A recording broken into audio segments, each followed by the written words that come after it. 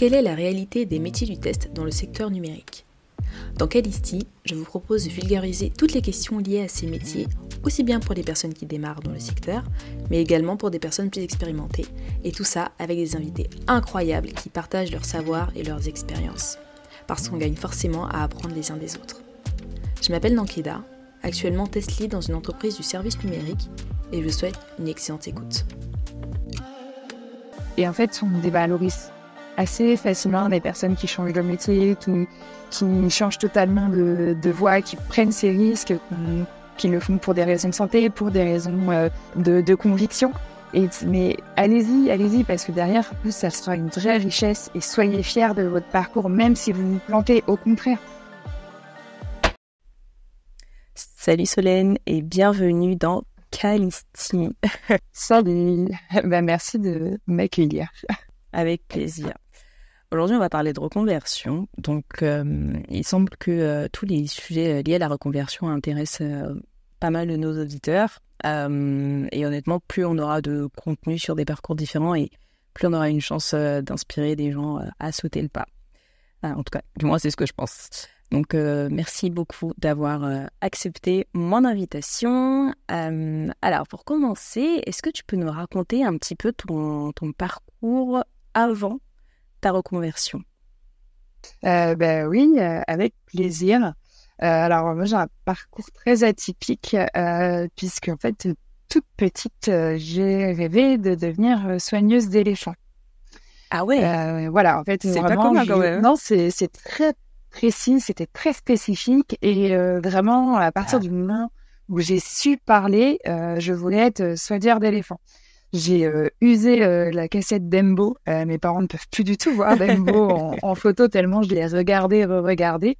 Et vraiment, on me dit, ouais, tu veux être veto. Non, moi, je veux être soigneuse d'éléphants. Non, mais soigneuse d'éléphants, voilà. Pas de girafe, pas de lion, des éléphants. Non, c'était vraiment éléphant. C'était mon animal totem. Vraiment, c'était ça. Puis, en fait, j'ai fait mes études et très vite, on m'a dit, mais c'est pas un métier qui se fait en France. Personne n'arrivait à faire ce métier-là. Et la scolarité, ça a commencé à être un peu difficile. Il y a eu un peu d'harcèlement scolaire, un petit peu d'échecs scolaires. J'avais du mal à trouver ma place. Donc là, il a fallu ramer un petit peu pour me garder motivée dans l'école. Et le truc, c'est que moi, je voulais être soigneuse d'éléphants et je me démordais pas. Il n'y a pas de diplôme. Oui, t'avais ton truc en tête, quoi. J'avais un plan A et c'était ce plan-là. Je voulais être soigneur d'éléphants. En fait, plus je montais dans les études, on me disait non, mais soigneur d'éléphants, ça, c'est pas en France et tout. Et bon, après beaucoup de salons sur l'orientation et tout, je suis partie dans le milieu agricole. Dans les lycées agricoles, où j'ai quand même réussi à passer un bac et même un BTS. Donc en fait, j'ai un BTS de technicienne agricole en compta gestion et en production agricole et végétale. Animale, et végétale. Le truc, c'est que à l'issue de mon BTS, je n'avais pas du tout envie de faire ce pourquoi je m'étais formée, puisque je voulais être soigneuse d'éléphants. Forcément. Et j'ai dit, je me casse. Je pars. J'ai bien compris que je serais jamais soigneuse d'éléphants en France. Vous me le répétez depuis des années et des années. Donc moi, en fait, tant que j'ai pas réalisé mon rêve, je pourrais pas avancer dans ma vie perso et pro. Donc en fait, j'ai arrêté. Je suis pas partie en licence parce que bizarrement, j'étais pas assez motivée. Donc j'ai pas été prise en licence. C'est dingue quand même. Et je suis partie en fait m'occuper des éléphants en Thaïlande pendant plusieurs mois. Ok. Voilà.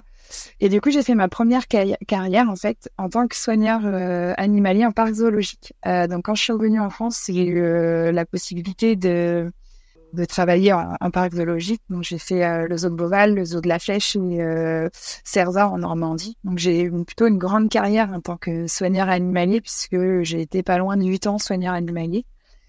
Et j'ai travaillé avec beaucoup d'espèces, mais jamais avec d'éléphants en France. Non.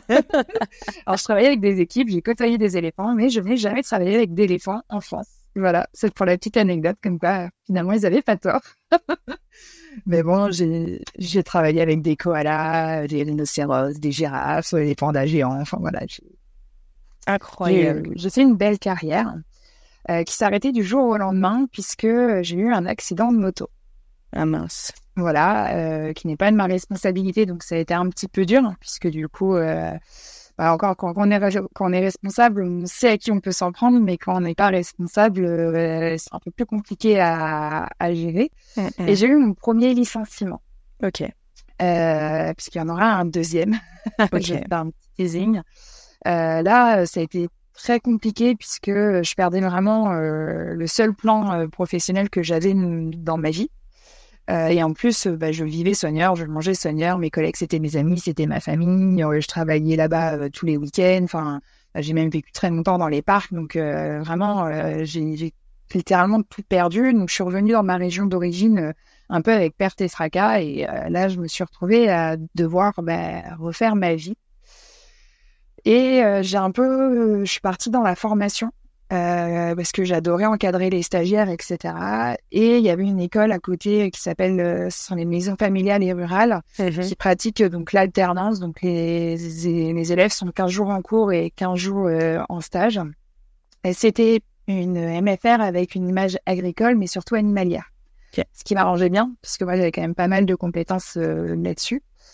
Du coup, je suis devenue formatrice sur tout ce qui est métier des sciences de l'animal, donc maths, informatique, écologie, biologie, sciences de l'animal, etc. Enfin, un couteau suisse. Je t'ai juste pas précisé un petit truc. C'est moi, j'ai une petite copine invisible qui est avec moi depuis très très longtemps. Ok. C'est que je suis atteinte d'une spondylorthrite ankylosante. Alors, qu'est-ce que c'est ? Alors, qu'est-ce que c'est la spondylorthrite ankylosante ? C'est une polyarthrite. Donc, en fait, c'est une maladie auto-immune. J'ai mon système immunitaire qui attaque mes articulations. Waouh. Voilà, donc globalement, j'ai fait mon premier rhumatisme à 8 ans et ma première grosse poussée rhumatismale à 19 ans. Donc, c'est vraiment une maladie que je côtoie depuis très longtemps, que j'ai toujours réussi à maîtriser. Sauf qu'à ce moment-là, en fait, j'arrive plus trop à la maîtriser. On est en 2019 et elle devient agressive. Et on est en 2019, c'est une maladie du système immunitaire. Ah, et oui. Voilà, tu vois le truc venir. Et en fait, je me retrouve à passer sous biothérapie. Donc, en fait, c'est je vais aller très vite, mais en gros, c'est une forme de chimiothérapie. Vraiment, c'est vraiment très très belle, enfin, très raccourci ce médicament, cette explication-là. Mais en gros, en fait, j'ai un médicament qui dit à mon système immunitaire d'arrêter de faire des réactions inflammatoires. Donc, en gros, de se défendre. Donc, en novembre 2019, je deviens immunosuppresseur, donc avec des problèmes de réaction immunitaire. D'accord. On est en novembre 2019, le Covid arrive en mars. Enfin, en mars même avant, mais en gros, voilà, je travaille avec les ados. Et ça faisait déjà un petit moment où la maladie est devenue agressive et je me suis rendu compte que cette reconversion, je l'ai fait très rapidement, sans prendre en compte, en fait, la dégradation de ma santé. Et là, je me retrouve une deuxième fois en difficulté, puisque, en fait, ma santé se dégrade. La médecine du travail me dit que je travaille avec des ados qui sont les premiers vecteurs de la maladie, du Covid. Et là, ils me disent, en fait, tant qu'il y a le Covid, vous ne reprendrez pas. Ouais. Moi, j'ai été licenciée en 2017, on est en 2019, je suis non, mais c'est une blague. Ça fait à peine 2 ans que je me suis remise dans un truc qui me plaît à peu près, et en fait, tout de suite... C'est ça. Ouais. Je me rendais bien compte que la reconversion ne correspondait pas trop à mes problèmes de santé, mais j'aimais quand même ce que je faisais. Et c'est pas vrai, je commence juste à me reconstruire, je peux pas recommencer. Eh ben non, si, j'ai recommencé. Parce qu'en fait, on rebondit, on n'a pas le choix, donc on continue. À ce moment-là, je me suis mis en couple avec un automaticien donc qui travaille dans la qualité logicielle. Et en fait, on a vécu ensemble donc le deuxième confinement et j'avais du coup pas le droit de sortir. Lui sortait très peu aussi pour éviter de ramener des maladies à la maison. Et les journées sont longues quand ça fait longtemps que tu es à rien faire puisque de toute façon tout le monde a repris sa vie et toi tu peux pas reprendre ta vie. Et j'ai commencé en fait à écouter ce qu'il faisait, ses réunions, etc. Et j'ai commencé progressivement à m'intéresser à son métier. Ok. Voilà. C'est comme ça que je suis arrivée progressivement dans le monde de la tech et du coup dans le monde de la qualité logicielle. Et à partir de là, on a compris que j'allais être amenée à être licenciée donc, une deuxième fois et on s'est dit finalement, est-ce que le monde de la tech, ça pourrait pas être une bonne alternative pour moi? Ça m'intéresse. Et est-ce que ça pourrait pas s'adapter à mes problèmes de santé? Wow. Voilà, donc mon petit résumé parcours pro. Bah écoute, sacré parcours et t'es une battante en fait. Franchement, je suis admirative de tout ça parce que j'avais eu un autre invité qui avait eu un parcours complètement différent, hein, mais à qui on avait dit en raison de son âge principalement, c'est trop tard pour pouvoir vous reconvertir, vous ne vous rendez pas compte, vous allez vous casser les dents, etc. Et puis en fait, il a décidé de leur prouver le contraire, donc c'est complètement différent. Là, en l'occurrence, on parle d'un problème de santé, et puis tout un contexte mondial, en définitive, qui t'a impacté toi plus que les autres. C'est ça. Mais waouh, quoi, bravo, vraiment bravo à toi, parce que t'es retombé sur tes pattes 2 fois déjà.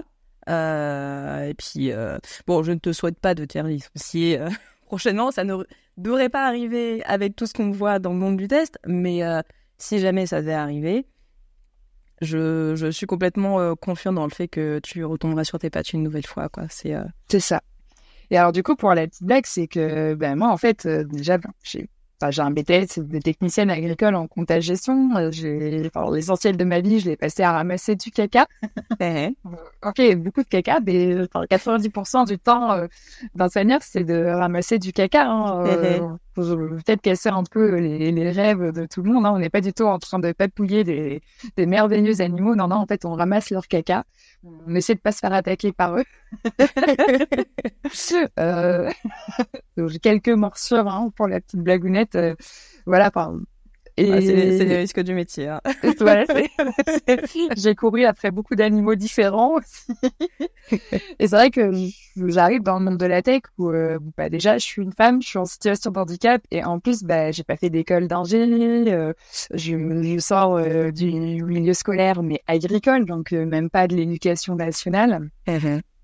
Alors heureusement j'avais ce parcours un peu biologique, en fait toute cette démarche scientifique dans mon bac et dans mon BTS, mais c'est vrai que du coup ça a un peu refroidi les gens.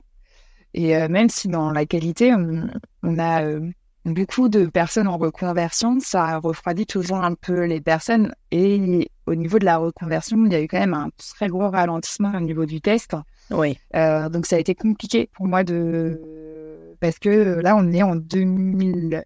quand l'idée vient, on est en 2020. J'ai été licenciée en 2021. Et j'ai mis quasiment 1 an à trouver une entreprise en fait qui était ok pour me soutenir en fait dans cette reconversion. Ok. Ouais, c'est effectivement assez long. Ouais, et c'est assez compliqué aussi parce que y a pas vraiment d'école ou alors on trouve c'est beaucoup de formats sous de POE. Ouais. Des fois, j'ai l'impression que c'était plutôt des packs de sang avec des entreprises. On se retrouvait à faire des contrats avec des entreprises qui n'ont pas forcément bonne presse. Moi, je suis quand même en situation de handicap et je suis là, en fait, l'idée, c'est aussi que je fasse une reconversion qui corresponde à ma santé pour qu'on arrête de faire des licenciements et tout. Et c'est vrai que les PO que je trouvais, j'avais vraiment l'impression de faire des packs de sang avec le diable. Alors, je me suis dit non, c'est pas possible. Et j'ai découvert donc l'école de la qualité logicielle à Paris, qui appartient à NX, une ESN parisienne. C'est les développeurs de Squash. Et en fait, j'ai une ESN à Tours qui m'a dit, écoute, vas-y, on te finance l'école, t'as 3 mois de formation et à l'issue, on te recrute. Et en fait, eux m'ont recruté parce que j'avais toute cette expérience passée. C'était ça, en fait, qui les intéressait, notamment dans la formation et l'accompagnement. Et c'est ça qu'ils ont mis en valeur dans ma reconversion, ce qui fait qu'aujourd'hui, je fais de la qualité logicielle, mais je fais aussi beaucoup de formation. Et j'accompagne aussi des personnes en situation de reconversion et d'handicap au métier de testeur logiciel. Génial. Génial. Bon, est-ce que tu es contente aujourd'hui Après, du coup, ça fait combien de temps maintenant que tu as commencé à bosser Ça va faire un peu plus d'un an et demi quasiment. Au bout d'un an, tu peux déjà faire un bilan. Est-ce que tu t'y vois encore de longues années Je vois surtout toutes les possibilités que ça offre. Ouais. Vraiment, pour le coup, le métier de Jesser, c'est vraiment un métier qui est tellement large. En fait, on peut faire tellement de choses. On peut tout faire. On peut tout faire. Non, mais vraiment, on peut tout faire. En plus, ça vient nourrir. Alors, peut-être je suis trop curieuse, j'en sais rien, mais en plus, avec tout ce qui est l'accessibilité, le green IT, vraiment, il y a tellement de choses hyper intéressantes à bosser, le technique, parce qu'en fait, pour les gens qui ont quand même une appétence technique dans la qualité logicielle, on peut faire des trucs techniques et vraiment s'éclater. Bon, moi, personnellement, j'ai fait le choix par rapport à ma santé de rester vraiment dans le pur fonctionnel. Puisque quand même apprendre à faire des lignes de code, etc., ça demande pas mal d'énergie et j'ai une grosse fatigabilité avec ma pathologie. Donc moi, j'ai fait le choix aujourd'hui, je me spécialise vraiment dans le fonctionnel, je monte en expertise au maximum sur le fonctionnel et après, quand j'aurai vraiment bien maîtrisé le fonctionnel, je verrai pour monter sur l'automatisation si ça m'intéresse, etc. Et j'ai pu découvrir les métiers de chef de projet. On participe aussi beaucoup avec tout ce qui est MOA, etc. Et c'est hyper intéressant en fait. Enfin, il y en a pour tellement tout le monde. Ah mais vous n'arrêtez pas de le dire à tout mon entourage, parce qu'ils me demandent toujours mais qu'est-ce que tu fais, enfin ils ne comprennent pas tout à fait, donc je suis obligée de leur donner des exemples. Et tu vois là actuellement je suis en train de changer de client, de mission. Et j'ai une amie qui m'a dit mais ça n'a absolument rien à voir avec ce que tu as fait précédemment. Et je lui ai dit justement c'est ça en fait. C'est ça qui est génial avec la qualité. À partir du moment où tu as un logiciel, tu peux tout faire. Il suffit juste de le vouloir et d'avoir une appétence pour ça. Et après, mais bon, il faut l'expliquer quand même. Mais ouais, c'est ça. Et puis même en vrai, dans une carrière, du coup, ça donne tellement de possibilités parce que si pendant l'année, peut-être 10 ans, je m'éclate dans le fonctionnel, mais que demain, ça m'intéresse plus. Je veux partir sur autre chose, me spécialiser sur l'accessibilité, le green IT, ou monter en chef de projet ou en test manager. En fait, ça donne tellement de possibilités et c'est génial parce que quoi qu'il se passe demain, je vais pas être... En vrai, si demain je dois me reconvertir encore une fois, mais ça sera au sein même de la qualité parce qu'il y a tellement de métiers au sein même.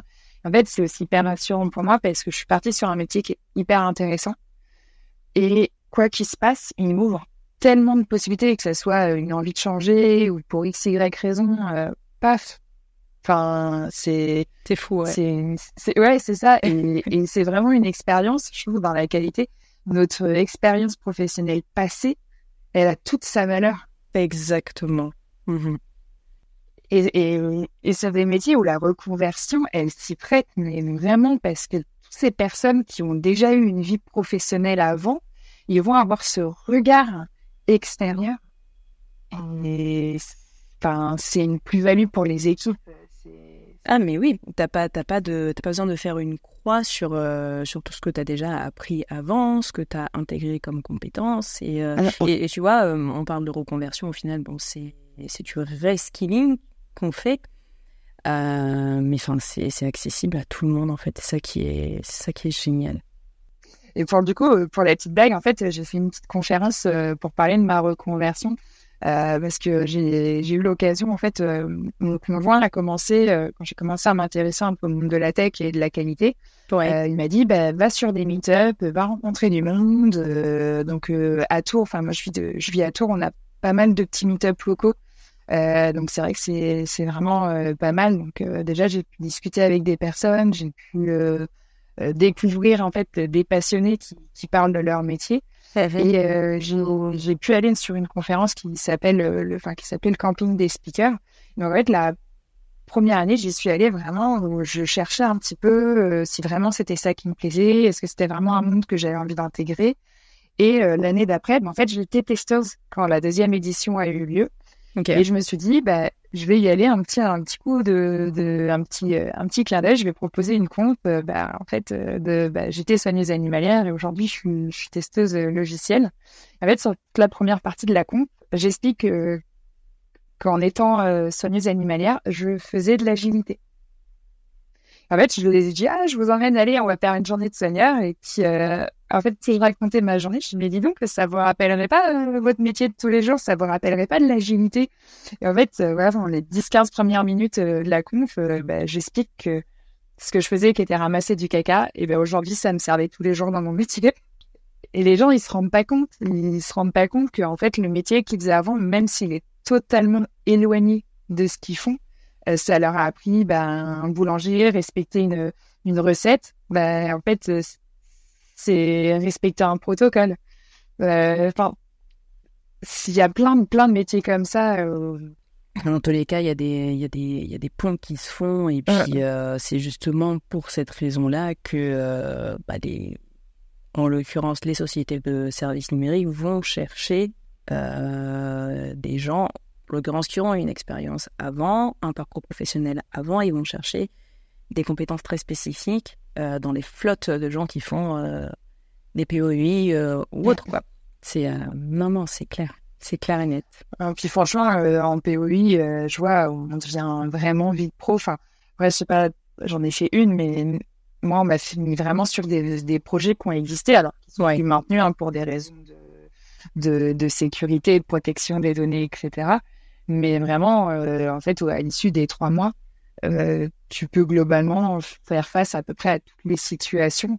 Après, il y a toujours ce besoin de monter en compétence et d'être accompagné les premiers temps par un senior déjà pour te rassurer, puis pour pas faire trop d'erreurs. Mais vraiment, en 3 mois, si tu te cales bien sur l'ISTQB, sur les principes de test, et qu'on te donne tout de suite les bonnes bases, c'est bien pour commencer à travailler. Oui. Ouais. Oui. Ça peut faire peur, mais en vrai, c'est vraiment bien monté. Et au bout de 3 mois, on se sent vraiment compétent, quoi. Mais après, ça appartient à chacun de s'investir pour continuer à grandir, hein, parce que malheureusement, t'as tellement de personnes qui... on dit beaucoup que le test, c'est ennuyant. Tu vois. C'est ennuyant. Et souvent, ça vient de personnes qui font la même chose tous les jours, qui sont pas curieux, qui essaient pas de comprendre ce qui se cache derrière. Ok, au niveau de l'architecture, ok, comment je peux améliorer ma méthodologie, tu vois. Mais oui, clairement, de manière un petit peu intensive, en 3 mois, t'apprends la base, et puis après, tu continues à construire dessus en fonction des projets sur lesquels tu travailles, quoi.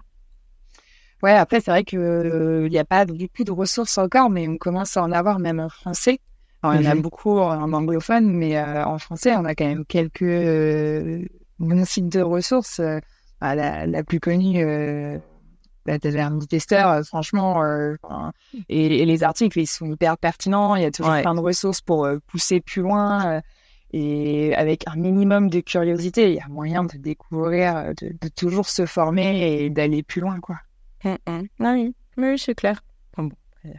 Après, ça appartient à chacun. Ok, d'accord. Bon, en tout cas, merci pour cette présentation. Je pense j'espère en tout cas que la majorité de nos auditeurs seront tout aussi impressionnés que moi je le suis par ton parcours. Alors, tu as parlé du fait que tu as découvert un petit peu ce que c'était que les tests avec ton conjoint, mais qu'est-ce qui t'a motivé pour que tu te dises « Ok, je vais faire ce changement et je vais basculer en tant que testeuse ». Pourquoi pas un autre métier dans la tech, par exemple? Alors, j'ai regardé à l'époque, je m'étais pas mal renseignée pour devenir dev. Okay. Et finalement...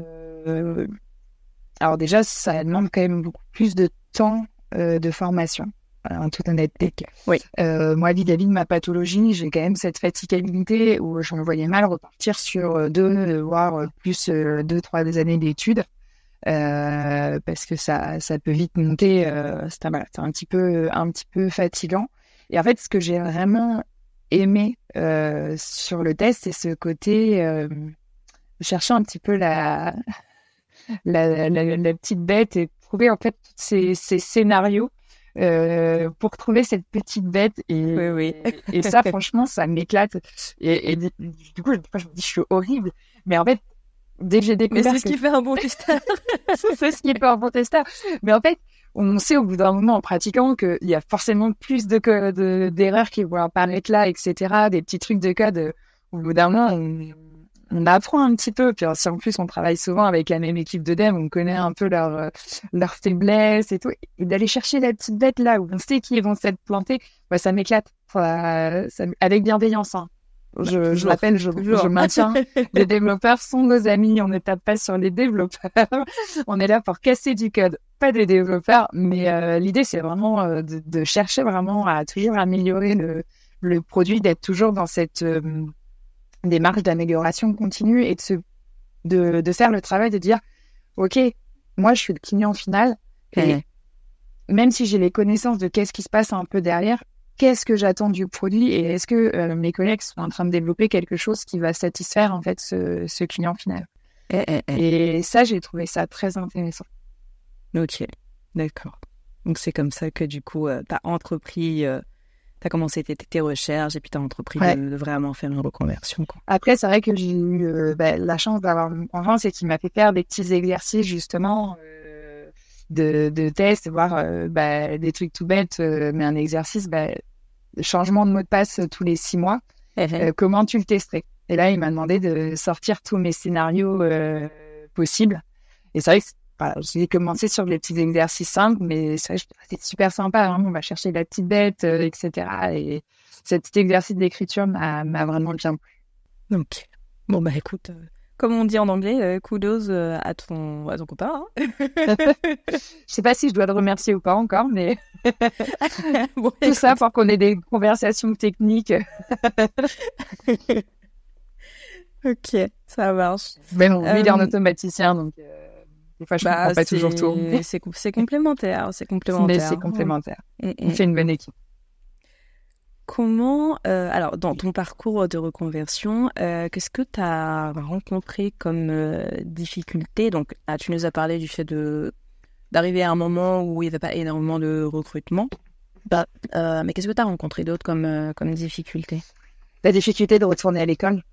Ouais. Alors déjà, parce que j'étais formatrice. Et donc, en fait... je me suis retrouvée face à des formateurs qui n'étaient pas forcément formés au métier de formateur, qui étaient des professionnels du métier.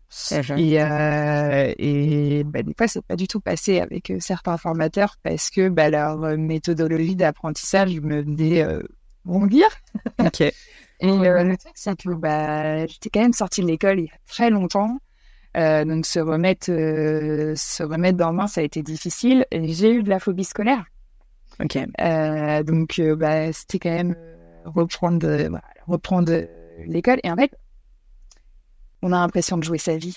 C'est horrible la pression qu'on se met en fait pendant ces 3 mois de formation.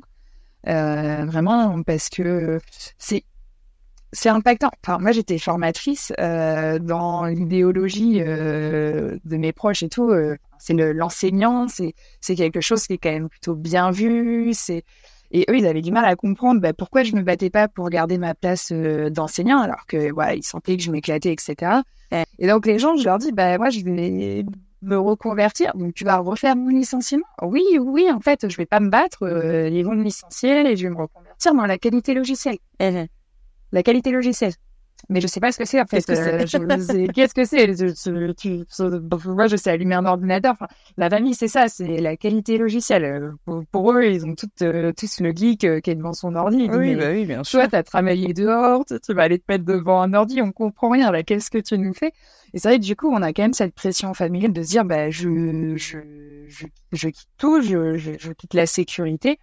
Et puis, en fait, c'est quand même long. Tout ce process entre le moment où j'ai été licenciée et le moment où j'ai trouvé l'école et l'entreprise qui voulait me suivre, c'est quasiment passé un an. Enfin, honnêtement, moi, il y a un moment, j'étais là, je suis en train de me bouffer mes jours de chômage. Et en fait, je vais me retrouver le bec dans l'eau à la fin. J'aurai pas de métier, j'aurai pas de projet. Et financièrement, là, je vais me retrouver en difficulté. Alors, moi, dans mon cas, j'avais quand même mon conjoint qui m'assurait une sécurité. Mais ça met dans une précarité terrible de dire je suis dépendante de quelqu'un, en plus je suis en situation de handicap. Donc ça met dans une précarité vraiment difficile. Il y en a qui avaient, moi dans la formation, il y en a qui avaient des enfants, etc. En fait, on se met une pression, on a l'impression que pendant 3 mois, on joue notre vie. Ah mais on joue notre vie. En fait, le truc, c'est ça. j'ai en France, mais peut-être partout dans le monde, de toute façon, enfin, ton boulot, peu importe si t'es en freelance ou si t'es avec un contrat à durée indéterminée ou peu importe, enfin, le boulot, c'est ce qui te permet derrière, en fait, de subvenir à l'ensemble de tes besoins à toi et à ceux de ta famille, enfin, peu importe, tu vois. Et même, là, tu vois, tu parlais tu voulais pas vivre au crochet de ton copain, mais c'est tout à fait normal. C'est tout à fait normal que, à un moment donné, tu dises, bah oui, je veux garder quand même cette forme d'indépendance et oui, je joue un petit peu ma vie parce que malheureusement, bah, tout nous ramène au travail d'une manière ou d'une autre. Et tu joues ta vie, mais en fait, le truc, c'est que dans la réalité, toi-même, tu sais même pas si réellement ce que tu as entrepris, ça va te plaire. Et c'est ça qui est horrible, c'est parce que pendant ce process, tu penses, tu t'essaies de te persuader quand même que c'est ça qui va te plaire, mais dans la réalité, t'en sais rien. T'en sais rien. Un pari. C'est un pari, et c'est un pari où toi, devant tout ton entourage, tu dis non, mais si, ça va le faire, mais si, ça va le faire. Mais en fait, t'en es pas sûr. Ouais. Et tu joues ta vie, tu joues ta sécurité financière, tu vis ton bien-être matériel, mais aussi moral. Et c'est pas facile. C'est pas facile, surtout que en plus c'est un métier que personne ne comprend. Moi, je suis sûre qu'on demande à mon père d'expliquer ce que je fais. Il va dire bon, elle a ramassé du caca d'éléphant, après elle a fait des ados et aujourd'hui elle est dans l'informatique. Voilà, il va botter en touche. Mais oui, c'est ça en fait. Les gens ils savent pas. Et puis en vrai, on le voit. Moi, des fois, je parle avec des gens du métier en dev, etc. Et finalement, on se rend compte qu'ils savent pas ce que c'est le métier de testeur, le métier de la qualité. Donc même finalement, dans notre propre filière, les gens ne savent pas ce qu'on fait. Mais on est là pour propager la culture de la qualité. Et puis, on ramène les gens petit à petit dans le secteur. Et puis qu'on est leurs copains, et qu'on n'est pas surtout là pour animer leur travail, mais vraiment d'améliorer un produit. Et ça, c'est un petit cheval de bataille aussi. Pas le mien aussi. Ok, alors du coup, en termes donc difficulté, le retour à l'école, comment tu as géré cette difficulté-là? Difficilement. Ok. Il y a eu des moments très difficiles. Après, une fois que moi j'ai pris une décision, j'y vais. C'est-à-dire que vraiment, je vais jusqu'au bout. Je me dis, bah tant pis si ça marche pas au bout, mais au moins j'ai essayé. Et je vais jusqu'au bout parce que arrêter en cours de route, je trouve ça dommage parce que tu prends pas tout ce que tu peux capitaliser. Donc vraiment, je suis partie à fond, mais il y a eu des moments où, surtout sur les projets où on nous met vraiment en immersion, on se retrouve même pas au bout de 2 semaines de cours à faire un projet de test. Encore le premier, ça a été, mais je crois que c'est le deuxième projet. Je remets toute ma vie en question et il y a un moment, je comprenais plus ce qu'on me disait. Et je suis partie en live, je faisais des questions à mon conjoint, il me répondait. Et je me dis, mais non, tu comprends pas et tout. Et je me suis mis, mais limite, à pleurer comme une enfant. C'était reparti avec la fatigue et tout. Non, mais c'est pas possible. Ça faisait 1 mois et demi qu'on bossait, j'étais fatiguée, c'était horrible. Et en fait, bon, bah voilà, j'ai pleuré beaucoup. On a tous eu, en fait, dans ces moments-là, ces moments de difficulté. Nous, ce qui a été vraiment cool, c'est que, pourtant, on était en POE. Donc on avait un contrat au bout. Je confonds toujours je crois que c'est c'est ça avec le contrat. Donc en plus on n'avait pas, enfin à la fin de notre formation, on se faisait pas concurrence sur l'embauche, donc ça c'était plutôt cool. Et en fait on était un petit groupe et on s'est vraiment serré les coudes. On a laissé personne sur le côté. Et c'est vraiment ça qui, je pense, nous a permis tous d'aller jusqu'au bout. Sans lâcher le morceau. Ça c'est très cool de tomber sur un groupe solidaire comme ça où on est dans le même bateau, de toute façon on va y aller, on va s'entraider, on va réviser ensemble et tu vois, ça ramène au final aux préparations d'examen en études supérieures ou même au lycée. Enfin c'est génial quoi. C'est clair. Bah, c'est ça. Le soir, on se retrouvait, on discutait. Ah, bah, t'as pas compris ça. Bah, attends, je vais t'aider, on va reprendre. Enfin, Et tout le monde prenait le relais, il n'y avait jamais personne qui était laissé sur le bas-côté. Et en fait, finalement, même cette osmose du groupe fait que, en fait, même pour tes collègues, t'avais pas envie de lâcher. T'avais pas envie de lâcher pour toi, ils te laissaient pas lâcher, Et tu dis non, mais en fait, ils se sont battus pour que moi je lâche pas, donc là, je peux pas lâcher. En fait, il y a des gens qui m'encouragent et c'est vrai que, d'avoir aussi autour de soi des gens qui t'encouragent vraiment, qui te poussent à donner le meilleur de toi-même, ça t'aide aussi à aller jusqu'au bout. Et puis ça te rend fier aussi quand t'as terminé. Ouais. Mais c'est des personnes en vrai, bon, pas tous, hein, parce qu'on peut pas non plus devenir amis pour toujours avec. Mais dans l'eau, il y a des gens, c'est vraiment devenu des amis de tous les jours. Je pense que je garderai un petit moment. Donc, j'espère qu'ils l'entendront dans ce podcast. Cœur sur eux. Cœur sur eux. Quel changement significatif est-ce que tu as observé dans ta vie, donc professionnellement et personnellement parlant, depuis du coup que tu es devenue QA? Alors, moi, je vais pas mentir, hein, mais déjà financièrement. Là, clairement, même moi, j'ai toujours été ouvrier en tant que soigneur animalier. Donc, je crois que mon plus gros salaire en tant que soigneur animalier, c'était 1 250 €. Bon, après, c'est vrai pas très haut, ouais. C'est pas très, très haut, mais c'était très grosses semaines, en plus, la plupart du temps, dont des week-ends et des jours fériés. Mais par contre, on est en campagne, donc c'est vrai que la vie est souvent un peu moins chère en campagne. Ça, c'était avant l'inflation, donc... Oui, c'était avant, voilà. Clairement, ça, les conditions de travail, puisque effectivement, avant, même quand j'étais formatrice, on avait un internat. Donc moi, je restais régulièrement jusqu'à plus de 22 heures à l'internat. Et ça nous arrivait le week-end d'avoir des activités aussi avec les ados, d'aller sur des salons, etc. De ne plus avoir à travailler le week-end, d'avoir des horaires de travail adaptés. Ça, franchement, des horaires de bureau. Clairement, sur la qualité de vie, voilà, on va pas se mentir, ça joue énormément. Après, je sais pas si c'est sur le métier de QA ou si c'est aussi dans mon entreprise aujourd'hui, j'ai l'impression d'être plus valorisée professionnellement, d'être plus reconnue sur ce que je fais. Ok. Donc après, dire est-ce que c'est lié au métier de QA ou est-ce que c'est lié à mon entreprise qui est vraiment sympa? Je pense que, tu vois, là-dessus, c'est en fait, tu vas avoir, si tu es dans une entreprise qui a une culture de la qualité, effectivement, ils vont pousser et tu auras l'impression d'être un peu plus valorisé. Mais plus globalement, c'est vrai que socialement parlant, tu vois, dans cet aspect sociologique, bosser aujourd'hui dans les métiers de l'informatique, c'est vachement valorisé parce que c'est très demandé, même si les gens ne comprennent pas ce que tu fais.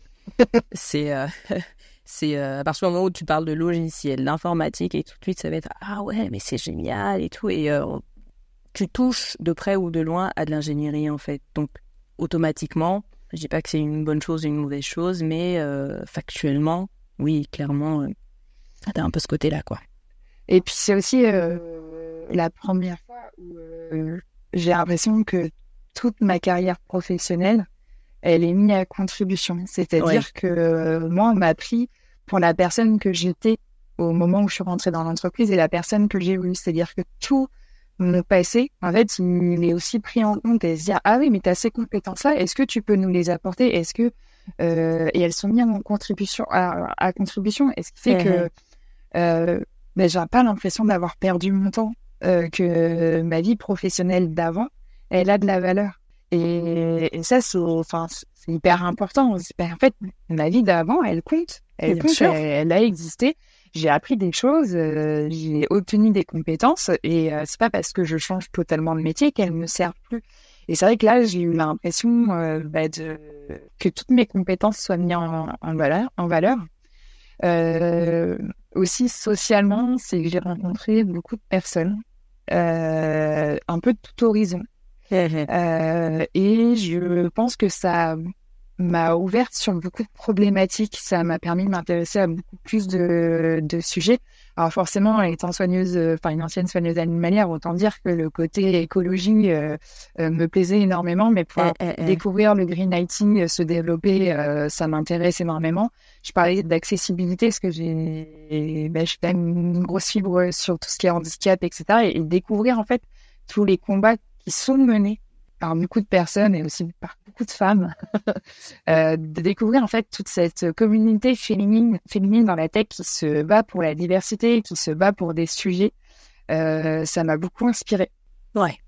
Vraiment. Et aujourd'hui, c'est une richesse. Et alors, bon, je parle de femmes, mais il n'y a pas que des femmes, il y a aussi des hommes, d'avoir des discours avec certains hommes. Enfin, je sors du milieu agricole, hein, donc j'adore les agriculteurs, mais bon, il y a quand même chez certaines personnes beaucoup de stéréotypes, d'idées préconçues.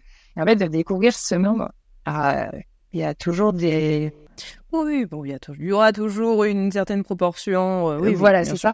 Mais en fait, découvrir cette ouverture d'esprit, ce besoin de partage, j'ai trouvé ça génial.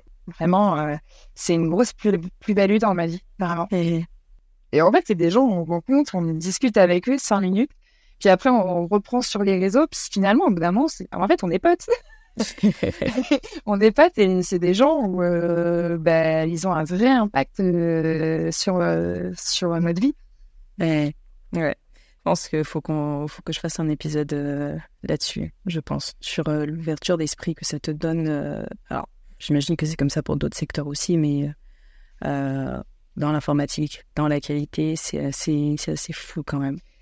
J'ai quand même l'impression que le fait que ça soit un milieu, alors je sais pas si le terme va être long, mais aisé, dans le sens où, en fait, quand on enlève la problématique de se nourrir à la fin du mois, d'avoir un toit sur la tête qui est pas percé, de pouvoir avoir une panne de voiture sans difficulté et se dire, je vais manger des pâtes sans beurre à la fin tout le mois pour pouvoir réparer ma voiture.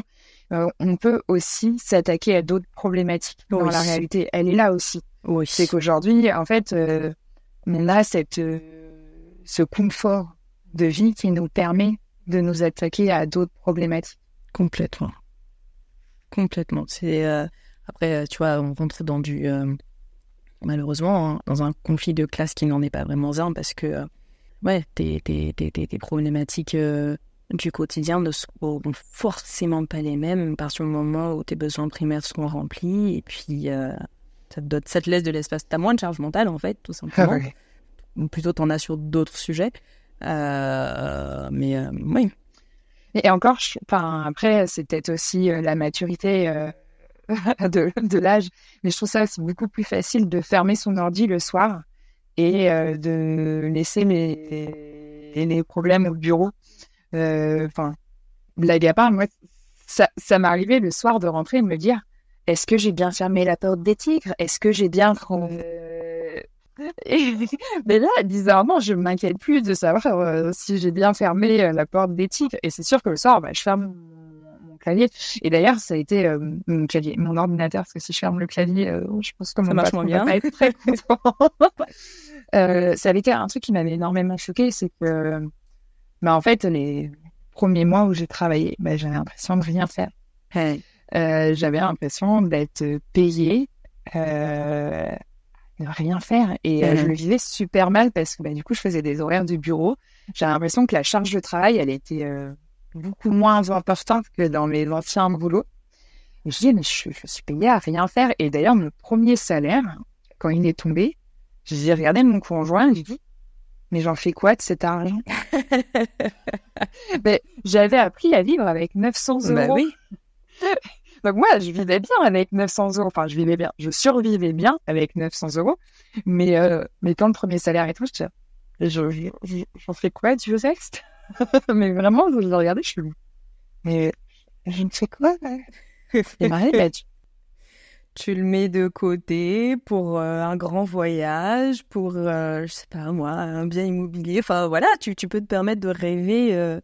Mais c'est vrai que sur le coup, et aussi ce côté de dire, ok, mais il va m'arriver un truc. En fait, on est d'accord, c'est trop beau pour être vrai. On va me relicencier parce qu'ils vont se rendre compte que finalement, mon handicap, c'est trop chiant. Enfin, c'est vrai que les premiers mois, c'était... Non, mais en fait, c'est quoi l'arnaque? Vous allez me demander un rein dans combien de temps? Bon, par contre, c'est pas en très bonne santé, faites gaffe. Mais, mais c'est vrai que t'as un peu ce côté de dire, ok, en fait, on me fait une blague. On me fait une blague. Mais non, ça fait 1 an et demi que la blague dure, donc je pense que c'est vrai. Ouais, en fait, c'est vrai que quand tu viens d'un secteur, enfin, tu travailles vraiment avec ton corps, tu vois, quelque chose qui est ultra physique, du jour au lendemain, passer sur quelque chose où tu mobilises beaucoup moins ton corps, en fait, oui, enfin, clairement, t'as l'impression pas de ne rien faire, mais bon, tu finis par t'ennuyer un petit peu, t'as pas la même fatigue. T'es quand même fatigué, mais t'as pas la même fatigue à la fin de la journée. Enfin, tu vois, c'est... Bah, moi, en tant que saigneux, en pleine saison, je faisais entre 14 et 17 km par jour à pied. Faut compter avec un marchand. En courant derrière les tigres. Des fois en courant. Avec les chaussures de sécu, le pantalon de sécu, avec la bombe au poivre dans la poche, le toki, le couteau, le trousseau de clés, le tournevis, enfin, tout le bordel que un soigneur a. Et on en a beaucoup de bordel dans nos poches. Vraiment tout pour parer à n'importe quelle éventualité. Et on porte des charges lourdes. Enfin, moi, quand je nourrissais les lions, j'avais des bacs avec 18 poulets dedans, quoi. C'était comme ça. Et j'étais en forme physiquement. Hein. Et c'est vrai que là, je suis pas le choix, en fait. Je suis obligée de rester devant mon ordi. C'est vrai qu'au début, j'avais un peu l'impression de pas mériter mon salaire, que j'en faisais pas assez, qu'il fallait que je fasse 2 fois plus. J'avais mon employeur qui disait on va pas nous faire un petit burn-out dès le début, parce que non, ménage-toi, on n'est pas sur une course de vitesse, on va prendre le temps et ça va bien se passer, mais c'est difficile. Bon, après, on prend vite le pli. Hein. Oui. On s'ajuste, c'est très facile de s'ajuster de s'adapter plutôt dans ce sens-là. Dans l'autre sens, ça prend peut-être un petit peu plus de temps. Intellectuellement parlant, ça demande beaucoup de ressources, donc c'est vite fait le soir. On se rend pas trop compte, mais c'est vite fait de se vider totalement de son énergie. Bah ça va pas chercher la même fatigue. Voilà. Non. Là, aujourd'hui, toi, si tu devais donner des conseils compte tenu de tout le parcours que tu as eu depuis 2017 déjà. Non, attends. Avant de te poser cette question-là, je voulais revenir sur quelque chose que tu as dit tout à l'heure. En disant, tu disais que tu avais l'impression que tout ce que tu as fait avant, professionnellement, ça comptait. Et que ça te faisait plaisir parce que tu n'avais pas eu justement à enlever toute cette partie-là. Mais je voulais réagir là-dessus parce que c'est hyper important de le préciser pour les gens qui font des reconversions, même si tu n'utilisais pas aujourd'hui ce que tu as pu faire auparavant. En termes de compétences, ça compterait quand même. Oui. Ça compterait quand même, parce que c'est pas parce que tu as pris un chemin à un instant T dans ta vie pour X, Y, Z raison, que aujourd'hui ne pas te servir de ce truc-là, ça enlève quelque chose de toi. Ça fait quand même partie de toi. Mais justement, c'est ça qui est top, parce qu'en fait, ça fait partie de nous. Mais je trouve que dans certains métiers, enfin, moi, je l'ai totalement vécu dans ma reconversion en tant que formateur. Parce que du coup, j'enseignais sur des animaux de compagnie. Je venais du milieu sauvage, mais en vrai, quand tu travailles avec des rhinocéros ou des tigres ou des ours, le chien et le chat, c'est pas plus compliqué à maîtriser.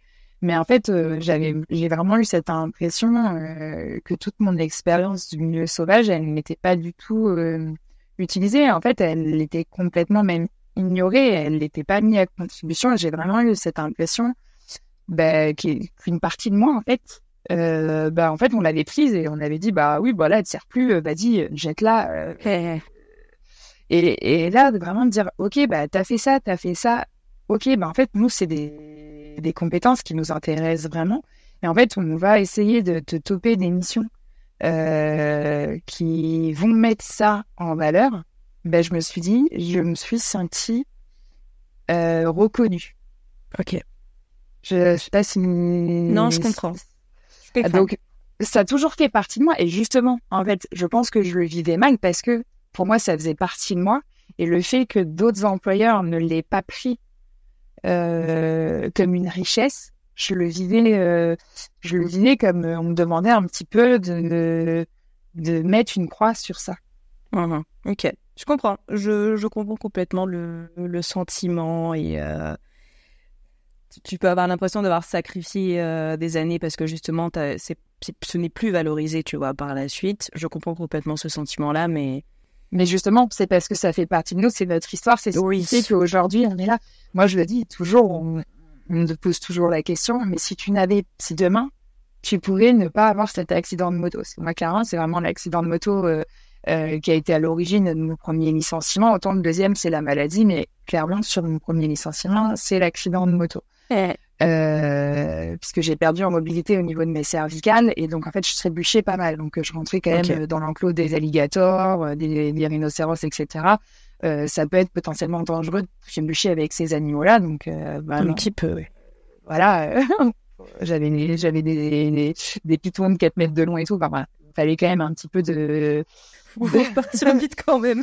Oui, voilà, il me fallait quand même quelques réactions qui m'avaient du coup je n'avais plus.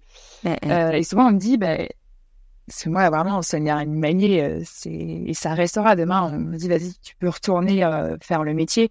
Je vais pas mentir, bien sûr que j'y retourne parce que c'est mon plan A. C'est ce que t'as voulu faire depuis ça a toujours c'est ça a toujours été mon plan A. C'est là où je suis vraiment bien, etc. Même si j'adore vraiment le métier, mais on est vraiment sur un métier passion, coup de cœur qu'on m'a retiré. Donc c'est un contexte un peu particulier. Souvent on me dit si t'avais la possibilité de recommencer et de ne pas avoir cet accident de moto, clairement j'aurais cet accident de moto. Je ne changerai en rien mon parcours. Parce qu'en fait, aujourd'hui, je pense que je suis là où je dois être et que toutes les épreuves de la vie me rencontrent, et même que ce soit un besoin de changer de voie, de changer de métier, en fait, ça fait partie de notre parcours et ça fait que nous, on grandit, etc. Et donc, même si ça a été violent, que ça a été hyper dur physiquement, psychologiquement, il y a eu une très grosse dépression derrière, enfin, je me suis remise en question, il y a eu de la prise de poids, enfin, il y a eu vraiment des douleurs, de la rééducation, enfin, c'était pas vraiment le meilleur moment de ma vie, mais ouais, je recommencerai tout parce que c'est ce qui fait la richesse de notre parcours et c'est ce qui fait que je suis là aujourd'hui. C'est hyper beau ce que tu viens de dire, vraiment, et tu vois, c'est sur ce point-là que je voulais revenir justement, parce que tout ça, tout ce qu'on vit, et même si c'est dur, et c'est peut-être encore plus dans les moments où c'est hyper difficile, quand on sort de ce truc-là, on se dit, ouais, quand même, j'ai réussi à avancer, j'ai réussi à passer à autre chose, et ça m'a solidifié, en fait. Ça m'a solidifié, et encore mieux, tu vois, si derrière, je suis un peu mieux là, quand même. Désolée. Non, mais au contraire, il faut en parler de ces choses-là. Et enfin, je trouve ça hyper beau et que tu l'assumes comme ça, c'est tellement important et j'espère vraiment que toutes les personnes qui sont en train de nous écouter et qui ont vécu des choses pas faciles mais qui ont quand même réussi à se relever de ça, enfin, qu'elles soient fières, quoi. En fait. Mais c'est ça. Et c'est pour ça, en fait, que depuis quelques temps, je ressens ce besoin de prendre la parole. C'est pour ça que, du coup, j'ai aussi fait cette conf pour la petite blague, c'est quand la reconversion s'avère plus difficile que de coucher un rhinocéros à la demande. Puisque c'est une de mes compétences, coucher des rhinocéros à la demande. Et oui, j'ai trouvé que la reconversion était quand même plus dure que demander à un rhinocéros de se coucher. C'est aussi... comprendre que quoi qu'il se passe dans la vie, en fait, après, c'est ce besoin. J'ai ce besoin de donner du sens aux épreuves de la vie. J'ai besoin de croire que quand il nous arrive quelque chose, c'est pour une bonne raison. Tu sais pas forcément pourquoi ça t'arrive, mais c'est pour t'amener à un endroit, à un moment de ta vie, avec l'apprentissage que tu dois avoir de cette épreuve. Et en fait, on a tendance à oublier d'où on vient. Alors, c'est vrai qu'on dit, il faut regarder l'avenir, mais de temps en temps, et ça fait quand même du bien de s'arrêter et dire, j'étais là-bas, je suis tombée peut-être plein de fois, mais je me suis toujours relevée, j'ai fait tout ce chemin Alors, ok, des fois, on m'a aidé, on m'a tendu la main. Je l'ai fait parce que j'étais avec des bonnes personnes, parce que j'ai été encouragée. Des fois, je me suis retrouvée toute seule et je me suis relevée toute seule. Et c'est hyper intéressant d'avoir cette capacité de regarder tout le chemin qu'on a parcouru. Et depuis quelque temps, j'ai vraiment ce besoin d'en parler, de dire, ok, c'est pas une fatalité, les choses arrivent, c'est des moments difficiles. Mais en fait, prenez tout ce que vous allez apprendre de ces moments difficiles parce que ça va vous apporter beaucoup derrière. Et quand vous allez vous retourner dans 6 mois, dans 1 an, dans 10 ans, vous allez dire finalement, ce chemin, c'était le plus beau chemin que je pourrais avoir. Exactement. Et puis, c'est... Vas-y. C'est ce que je dis dans le sens où je ne regrette en rien cet accident. Alors, ça a été douloureux. Mais demain, si on me donne la possibilité de l'enlever de ma vie, non, je ne l'enlèverai pas. Et même ma maladie, je ne l'enlèverai l'abandonnerai pas. Et changement de mot, allez, je ne l'abandonnerai pas parce qu'aujourd'hui, je suis qui je suis. Grâce à elle, j'ai peut-être une certaine sensibilité sur certaines choses parce que elle me l'a appris, elle m'a appris la patience, le lâcher prise, elle m'apprend beaucoup au quotidien. Et en fait, c'est ce qui fait toute ma richesse aujourd'hui. Et en fait, on dévalorise assez facilement les personnes qui changent de métier, qui changent totalement de voie, qui prennent ces risques, qui le font pour des raisons de santé, pour des raisons de conviction. Mais allez-y, parce que derrière vous, ça sera une vraie richesse et soyez fiers de votre parcours, même si vous vous plantez, au contraire. Arrêtons de penser que l'erreur, et c'est hyper important aussi dans le métier de la qualité, c'est qu'en fait, l'erreur, ça nous permet d'apprendre. C'est comme ça que t'apprends. Et en fait, on est là, techniquement, pour éviter les erreurs, mais finalement, c'est bien qu'on en fasse aussi, et c'est bien qu'on découvre ces erreurs, parce qu'elles nous permettent d'améliorer. What a preach. Aïe. Ouais, non, mais très beau message, vraiment, Solène. En tout cas, merci beaucoup pour ce partage, en tout cas, de ton expérience personnelle. Quand je reviens à la question que je voulais te poser tout à l'heure, tu donnerais quoi comme recommandation à quelqu'un, en plus de tout ce que tu viens de dire déjà, si la personne entreprenait une reconversion professionnelle en qualité? De foncer. Vraiment, en fait, de pas hésiter. En fait, c'est toujours ce côté, ce droit à l'erreur. Allez-y, parce que vous avez le droit de vous tromper, mais en fait, ça ouvre tellement de possibilités que vous allez forcément trouver chaussures à votre pied. Grâce. Avec ce métier, en fait, c'est vraiment...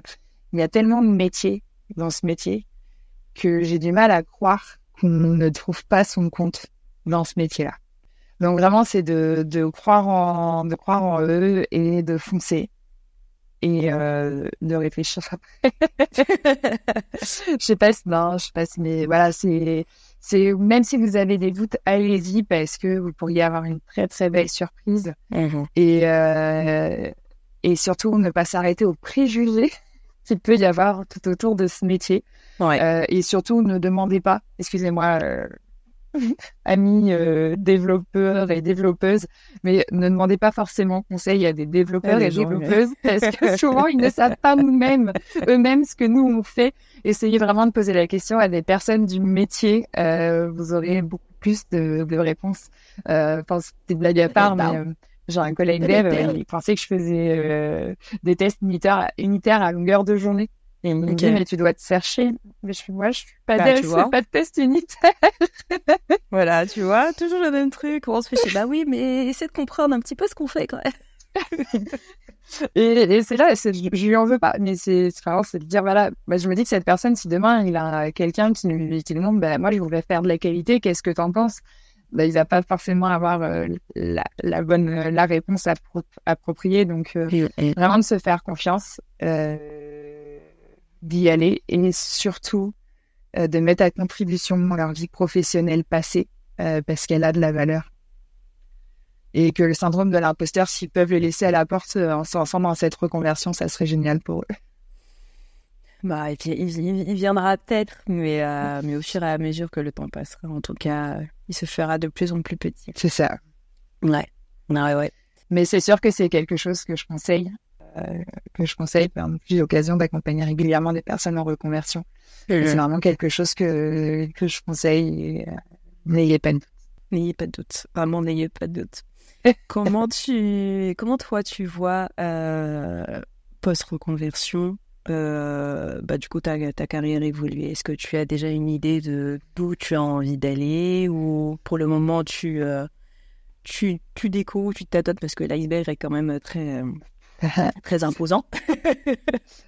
En fait, c'est compliqué de te répondre parce que déjà aujourd'hui, je suis pas une testeuse normale puisque du coup, j'ai très peu fait de mission chez le client. J'ai surtout passé du temps à enseigner le métier à des personnes en situation de reconversion et ou d'handicap. Et du coup, j'aide beaucoup le pôle test de mon entreprise à se faire connaître. En fait, j'essaie beaucoup d'expliquer le métier à mes collègues dev, aux commerciaux, des fois même aux clients. En fait, actuellement, je suis plus sur faire connaître le métier du test au sein de l'entreprise, mais aussi à l'extérieur de l'entreprise. Donc c'est déjà finalement une porte un peu particulière du métier du test. Moi, j'apprécie vraiment beaucoup accompagner les gens. Le suivi de projet, je ne pensais pas que j'aimerais autant gérer les projets. Donc, j'avoue que j'ai une petite attirance pour la partie chefferie de projet.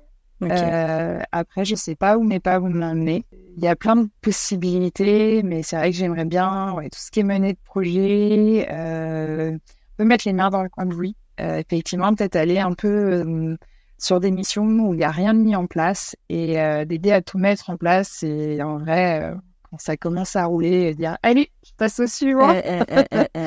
Voilà, et surtout continuer à monter en compétences et pouvoir apporter énormément dans ma pratique en fait à mes futurs clients et aussi à la qualité logicielle. Et j'aime beaucoup tout ce qui est greenwriting et accessibilité.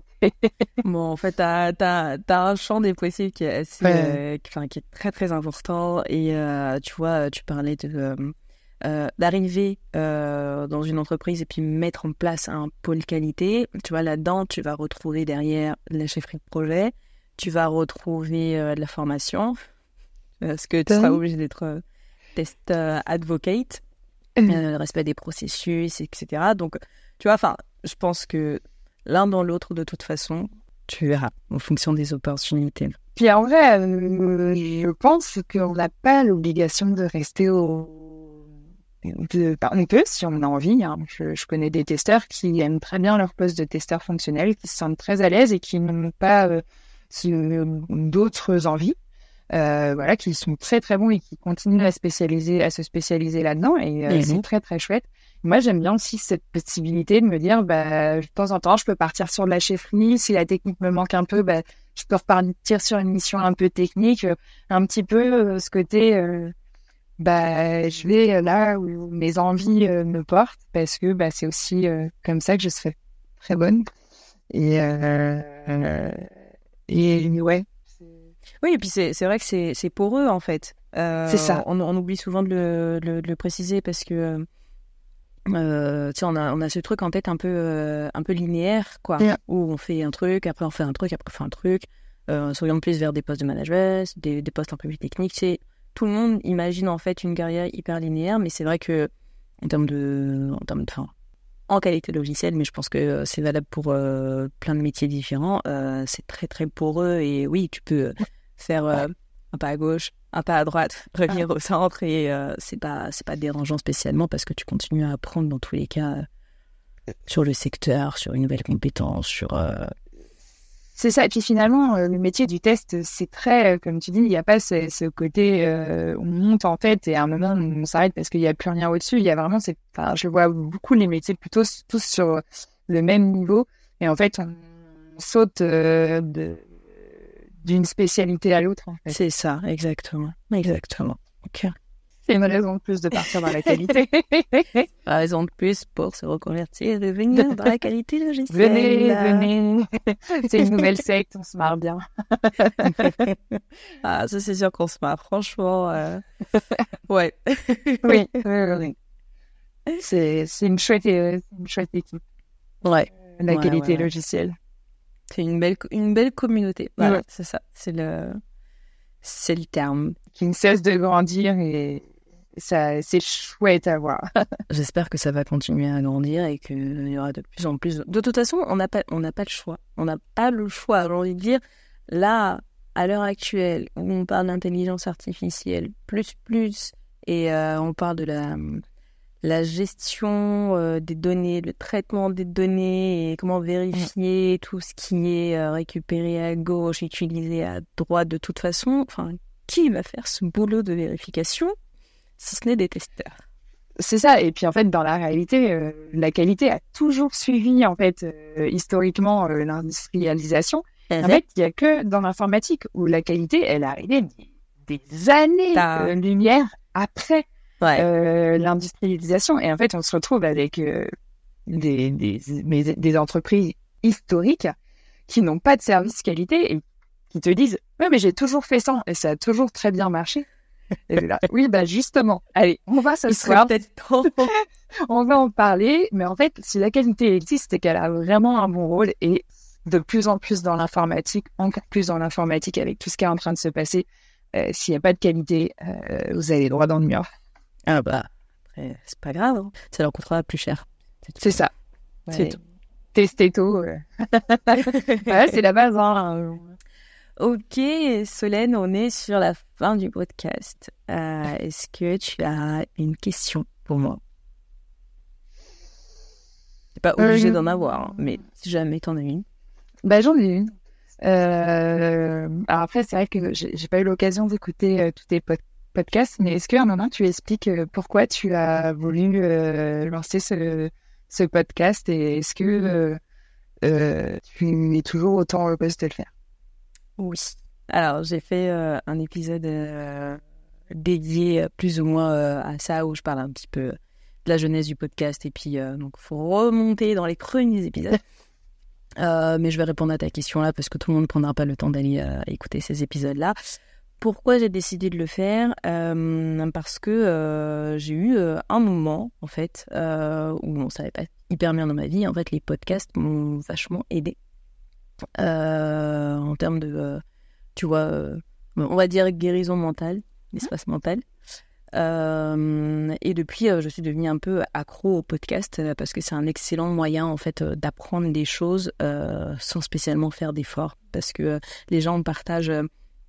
T'as souvent des spécialistes qui viennent parler de ce qu'ils connaissent, des différentes expériences qu'ils ont eues, etc. Et t'emmagasines comme ça énormément d'informations. Et c'est sur n'importe quel type de sujet, c'est ultra divertissant, enfin voilà. Donc, ma passion pour les podcasts est arrivée un petit peu comme ça. Et puis, quand moi-même j'étais en formation, justement, que je me reconvertissais, j'ai cherché un podcast sur la qualité, j'en ai pas trouvé. Alors que c'était, pour le coup, moi, un moyen de continuer à apprendre des choses. J'en ai pas trouvé. Bon, l'idée est restée dans un coin de ma tête. Et puis, j'y réfléchissais, et puis ça a fini par venir comme ça. Un jour, je me suis dit, mais en fait, je vais en créer un, tout simplement, pour donner une ressource supplémentaire aux personnes qui sont ou qui seront dans la même situation que moi. Elles auront une ressource en français, on va parler de qualité, on va parler de ce qui se passe à l'intérieur du métier en lui-même. Et puis, j'avais aussi envie de donner quelques... c'est pas le bon terme, mais donner quelques notes de noblesse à la qualité, parce que encore aujourd'hui, tu vois, c'est considéré comme étant le parent pauvre de l'informatique. Et en fait, je veux montrer que oui, en fait, vous avez des gens qui sont hyper techniques dans la qualité. C'est juste que vous en entendez pas parler parce que ça reste quand même une niche. C'est pas ultra visible. En fait, t'as que des gens qui ont déjà un pied dedans qui en parlent. Mais même en termes de création de contenu, il n'y en a pas énormément non plus. Donc, un moyen aussi pour faire en sorte que d'autres personnes du grand public découvrent, et c'est notamment la raison pour laquelle je reste sur des partages d'expériences qui vont s'adresser à la fois à des personnes qui bossent déjà dans la qualité, mais aussi à la fois à des personnes qui ne connaissent pas, que ça reste quand même accessible et qu'on n'utilise pas 25 000 termes techniques, et dans ce cas-là, en fait, t'as juste plus envie d'écouter parce que t'arrives pas à suivre. Voilà. J'espère que ça répond à ta question. Ouais, et du coup, tu t'éclates toujours autant? Et je m'éclate toujours autant. C'est fastidieux par moment en fonction du temps que j'ai disponible au quotidien, mais c'est hyper riche, c'est hyper intéressant, et tu vois, discuter avec des gens de leur parcours, tu vois, pour moi c'est ultra enrichissant en fait. J'ai adoré notre échange, donc voilà quoi. Merci à toi, merci pour tout le travail que tu fais et pour faire découvrir ce merveilleux métier et libérer la parole sur la reconversion et sur la qualité logicielle. Mais écoute, avec plaisir, avec réel plaisir, vraiment. Et j'ai pris énormément de plaisir. Merci pour cette découverte, pour cet exercice, et c'était vraiment super sympa. Et écoute, merci beaucoup à toi, et voilà, et c'est tout. Et on va s'arrêter là. Et merci. Si cet épisode vous a plu, vous me feriez super plaisir en l'envoyant à 1, 2 ou 3 personnes intéressées par le sujet. Le bouche à oreille est la meilleure manière de faire connaître un podcast, surtout si le contenu vous apporte de la valeur. N'hésitez pas à me suivre sur les réseaux sociaux, à vous abonner au podcast pour être au courant de la mise en ligne du dernier épisode. On se retrouve dans 15 jours, et d'ici là, portez-vous bien.